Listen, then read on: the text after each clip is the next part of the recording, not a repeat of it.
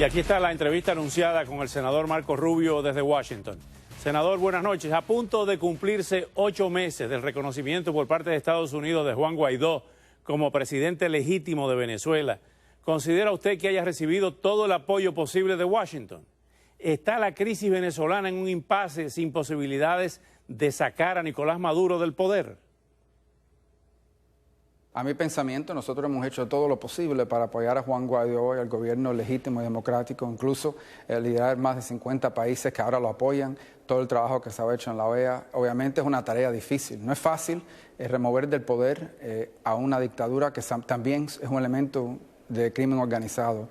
Sí, hay un impasse, pero realmente el impasse es dentro del régimen. Es decir, aquí hay mucho enfoque sobre la oposición y lo que está pasando en la Asamblea Nacional. Lo que no vemos, pero está ocurriendo por detrás, es divisiones amplias dentro del propio régimen, incluso entre Cabello y Maduro y otros elementos, los cuales todos están dispuestos a algún cambio, simplemente lo que quieren es poner un dictador por otro. Pero también existen fracturas dentro de lo que es el régimen, que creo que se van a seguir pronunciando y que en algún momento, eventualmente, va a crear la oportunidad para un cambio positivo. Senador, en su opinión, ¿cómo puede afectar la política hacia Venezuela y Cuba la súbita salida de John Bolton de la Casa Blanca? Bueno, yo trabajé muy acerca con John Bolton y creo que hizo un gran labor, pero en realidad la política de Estados Unidos hacia Cuba y hacia Venezuela es la política del presidente Trump, no es la política mía ni la política de John Bolton. Así que yo espero, como me ha dicho el presidente, que si hay cambios serán aún más agresivos en términos de las medidas que se puedan tomar. Incluso yo sé de algunas medidas que ya se están discutiendo para poder en lugar. Así que yo no espero que haya ningún cambio negativo, porque aunque John Bolton fue un gran asistente, en mi opinión, al presidente, esta es la política del presidente, no de él y no de nadie más. La devastación causada en las Bahamas por el huracán Dorian ha provocado una crisis humanitaria de grandes proporciones muy cerca de aquí, de los Estados Unidos. ¿Puede Washington cerrar las puertas a unos vecinos que lo han perdido todo? ¿Considera suficiente la ayuda del gobierno de Estados Unidos a los damnificados?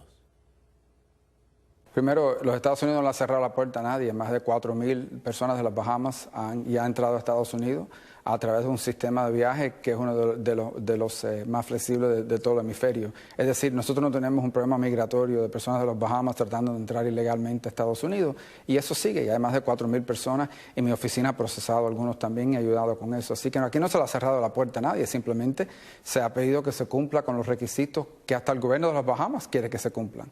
Es tener una visa o tener identificación y una carta que dice que no tienen récord criminal. Es algo que ellos apoyan también. Yo he pedido que haya un poco de flexibilidad sobre el término de las visas y creo que se va a poder lograr algo. En términos de la ayuda, los Estados Unidos ha proveído todo lo que se le ha pedido. Es decir, nada que ha pedido el gobierno de las Bahamas no se ha dado, y incluso el involucramiento de las agencias militares que han ayudado muchísimo. Hemos podido evitar una crisis humanitaria inmediata y obviamente hay mucho trabajo para hacer en los meses por delante, pero creo que la respuesta de Estados Unidos ha sido bien positiva, y eso es lo que nos han dicho nosotros también los oficiales del gobierno de las Bahamas.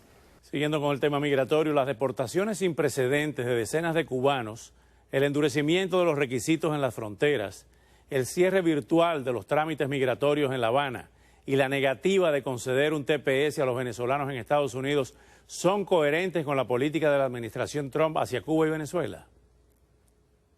Sí, bueno, vamos a tomarlo en pedazos. Primero, en el TPS yo creo que se va a lograr algo para Venezuela, sea un TPS o alguna otra acción. Eso ya se está discutiendo y yo espero que se pueda lograr algo pronto.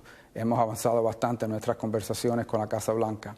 En términos de las visas que nos están procesando en La Habana, eso no es un cambio de política, eso simplemente se trata de falta de personal en la Embajada de La Habana, por el simple pero importante hecho de que hemos tenido más de una docena de empleados de Estados Unidos que han sido agredidos a través de estos ataques, los cuales todavía no se conoce cuál fue la tecnología, pero sin duda estas personas han sufrido gravemente, y nosotros no podemos mandar a empleados del gobierno de los Estados Unidos a trabajar en un lugar donde no sabemos cómo protegerlo y donde el gobierno del país no lo está protegiendo. En términos de las deportaciones, es importante añadir una cosa. Cuando el presidente Obama cambió la ley al final de su término como presidente, él anuló lo que es la habilidad de pedir parol. Es decir, el cubano ahora que viene a Estados Unidos tiene que venir como a través de una visa, el proceso que existe para unificar familias, como cualquier otra persona. Y aunque hemos tratado de ayudar en algunos de estos casos, también es importante añadir algo que yo he dicho por muchísimos años, es que el estatus migratorio de los cubanos siempre ha sido basado en la realidad que en Cuba hay represión política.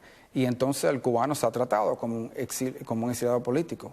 El problema con ese argumento que no han hecho a mí, mis colegas y otras personas de otros grupos es cómo es posible que alguien entre a Estados Unidos diciendo que viene huyendo persecución política y esa misma persona entonces regresa a viajar a Cuba 15, 20, 30 veces al año. Es decir, ¿cómo puedes argumentar que tienes miedo de represalia política cuando estás yendo al país constantemente? Y yo siempre lo he dicho desde un principio, yo no le critico a nadie que quiera ver a un familiar, a su mamá, a su padre, a un hermano que esté enfermo, lo que sea. Yo no se lo critico, pero yo creo que es inconsistente tener una política en que las personas viajan a Cuba 20 o 30 veces al año, pero dicen que tienen miedo de vivir en Cuba por razones políticas.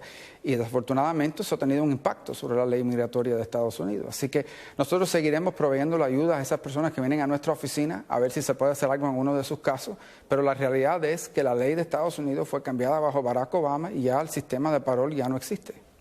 Finalmente, senador Rubio, usted le envió una carta al fiscal general William Barr instándolo a que el Departamento de Justicia garantice que Odebrecht cumpla con los términos del acuerdo de culpabilidad con el Departamento de Justicia del año 2016. ¿Por qué escribió usted esa carta? Bueno, un reportaje de varios periódicos, incluso el Miami Herald, que divulgó que Odebrecht sigue involucrado en toda una serie de negocios con Cuba, en el puerto de Mariel, con Venezuela, con ese régimen y lo demás. Y habían condiciones en su arreglo que hicieron con el Departamento de Justicia. Y ese artículo indica que están violando algunos de esos acuerdos. Y es por eso que es importante que el Departamento de Justicia revise esto de nuevo y tome acción si en realidad están violando los términos. Es decir, simplemente cumplir el arreglo que ellos hicieron, cumplir con la ley.